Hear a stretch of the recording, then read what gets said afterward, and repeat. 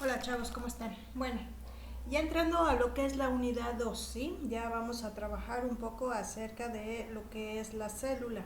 Entonces aquí vamos a ver varias cosas. Voy a grabar lo que son los videos de lo que es los temas, pero aparte voy a hacer unos videos que es el microscopio. Básicamente les voy a mostrar lo que es un microscopio y cómo funciona, y también una práctica de una impronta celular. Entonces eso es para que ustedes vean. Estos videos no van a tener numeración. ¿Qué quiere decir eso? Que no sé si se han dado cuenta que todos los videos están correlativos, tema uno, tema 2, tema 3. No.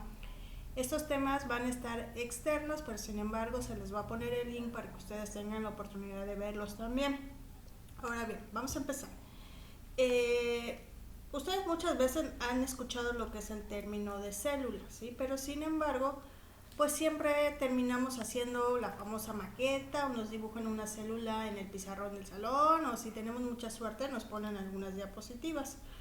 Y pues básicamente al final de lo que es el tema, pues nos quedamos con la duda, ¿no? Sabemos que todos los seres vivos están formados de células, pero no dimensionamos la estructura o cómo es que estamos formados de células. Bueno, por eso se les va a realizar lo que es esta práctica. Ahora bien, vamos a definir lo que es el término célula. Célula es la unidad estructural y funcional. ¿Qué quiere decir unidad estructural?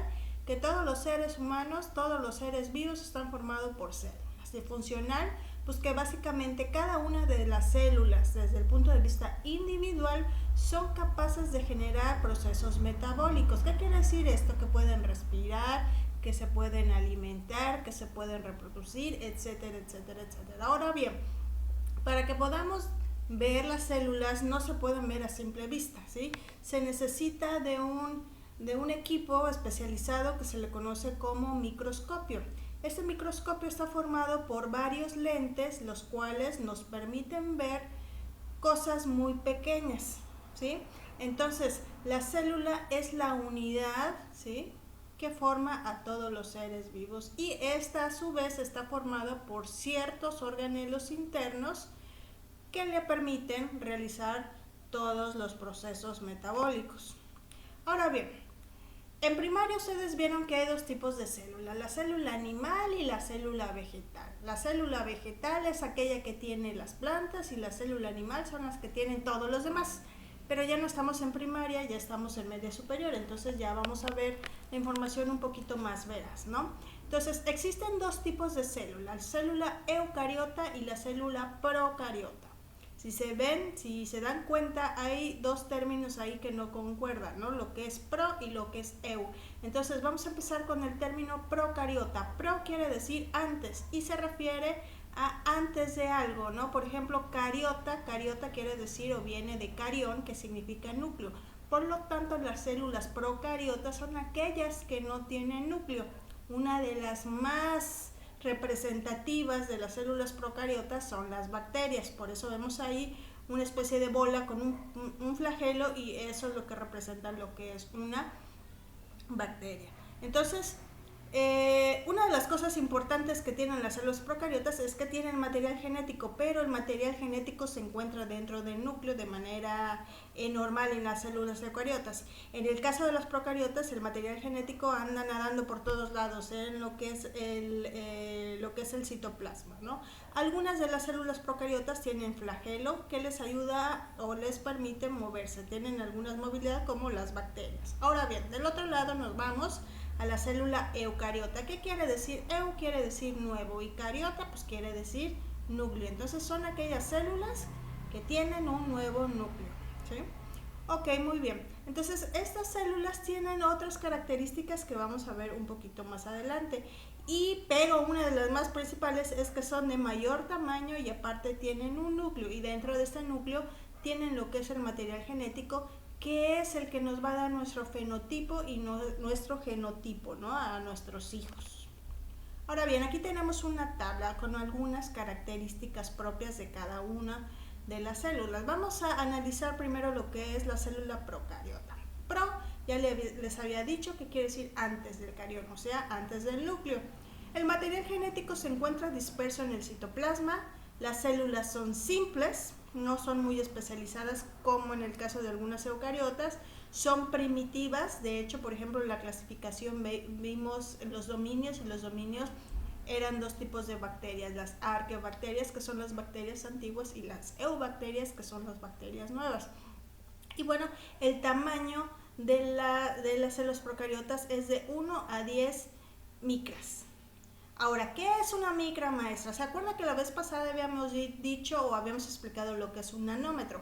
Tomaban un milímetro y de ese milímetro lo dividían en 1.000.000 de veces, y una de esas millonésimas partes era lo que era un nanómetro. Ahora bien, tomen el mismo milímetro, divídenlo en 1000 y una de esas partes es una micra. O sea, ¿qué quiere decir esto? Que son un poquito más grandes, pero sin embargo no podemos verlo a simple vista.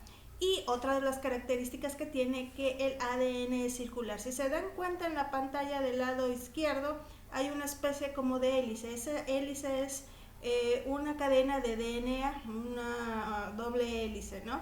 Una de las características que tiene la célula procariote es que esta forma círculos. Ahora bien, en el caso de las células eucariotas, eu quiere decir nuevo y carión quiere decir núcleo, por lo tanto son aquellas células que tienen núcleo. El material genético siempre lo vamos a encontrar dentro del núcleo. Son células más complejas y evolucionadas, especializadas, como por ejemplo las neuronas, las células epiteliales, las células del riñón, etcétera, etcétera. O sea, son especializadas para cumplir cierta función. También pueden formar lo que son tejidos o estar de manera sola.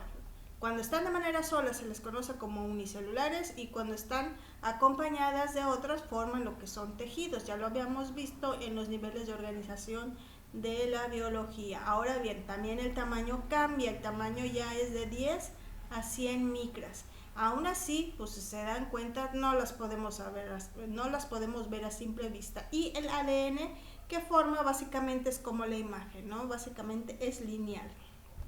Ahora bien, aquí tenemos una especie de regla, ¿no? Una regla que más o menos nos indica qué tamaño son. Aquí vemos, en esta parte de aquí, vemos a lo que es el ADN, ¿no? Un nanómetro nos puede decir que mide, imagínense, a esto lo que es un elemento, el hidrógeno, ¿no?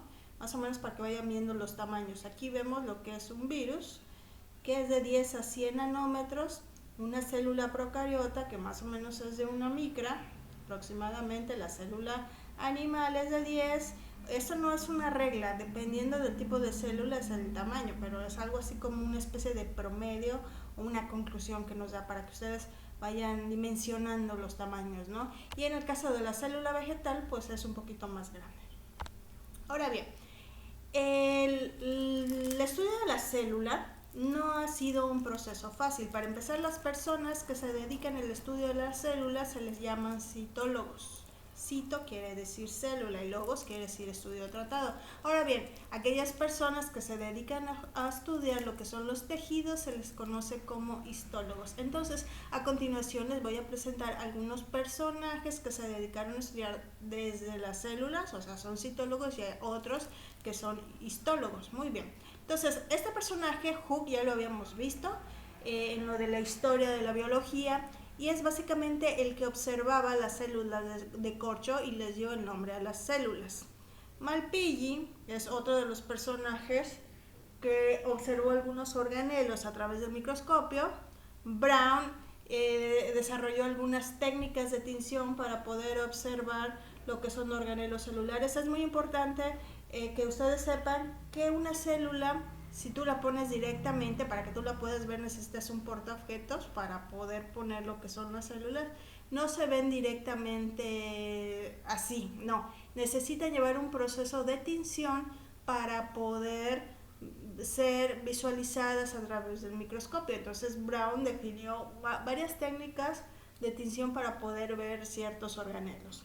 Lee Wan-Hoo, que es uno de los personajes que desarrolló el microscopio, y todos estos personajes que vemos aquí abajo, Schleiden, Shawn y Virchow, por su lado, cada quien desarrollaron teorías que finalmente formaron lo que es la teoría celular, que es la teoría que predomina hasta las fechas. ¿Y en qué consiste esta teoría celular? Bueno, para empezar nos dice en el postulado número 1 que todos los seres vivos están formados por una o más células. Si estás formado por una célula, eres un organismo unicelular. Si estás formado por muchas células como nosotros, somos organismos pluricelulares, pero todos estamos formados por células. Ahora bien, el postulado número 2 nos dice que dentro de las células ocurren reacciones químicas de metabolismo.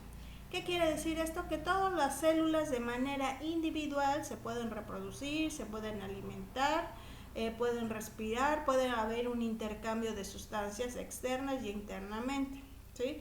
Otro de los postulados nos dice que toda la célula proviene de otra célula anterior, no sale como generación espontánea, no sale de la nada, entonces siempre debe haber una célula preexistente. Y otro, que es el último, nos dice que la célula tiene información genética de los seres vivos. ¿Cómo es que yo tengo ciertas características de mi padre y de mi madre? Esta información es obtenida a través del material genético de nuestras células. Ahora bien, aquí vemos una célula, algunos de los organelos que vamos a ver un poquito más adelante. Vemos la membrana celular y vemos el núcleo. Si tú ves a simple vista en una célula, imposible de ver, pero si la ves en el microscopio, dependiendo de la calidad del microscopio y la magnitud, vas a alcanzar a ver lo que es la membrana celular y el núcleo. Ya si tienes microscopios muchísimo más potentes, ya puedes ver algunos organelos, pero eso dependiendo del tipo de microscopio. Por ejemplo, aquellas personas que se dedican a la investigación, pues necesitan microscopios más especializados. Ahora bien, actividad de cierre, chavos. ¿Qué es lo que van a realizar? Van a realizar un cuadro comparativo de la célula procariote y de la célula eucariote. ¿Dónde lo van a hacer? Ya saben, en su portafolio de evidencias le van a poner ahí cuadro comparativo célula procariote y eucariote. Y van a realizar igual un cuadro de organelos celulares donde van a poner lo que es el órgano, la estructura y la función. Entonces, eso es para que ustedes vayan conociendo un poco acerca de lo que es la célula, cada uno de sus órganos y para qué funciona. Dale, chavos, cuídense.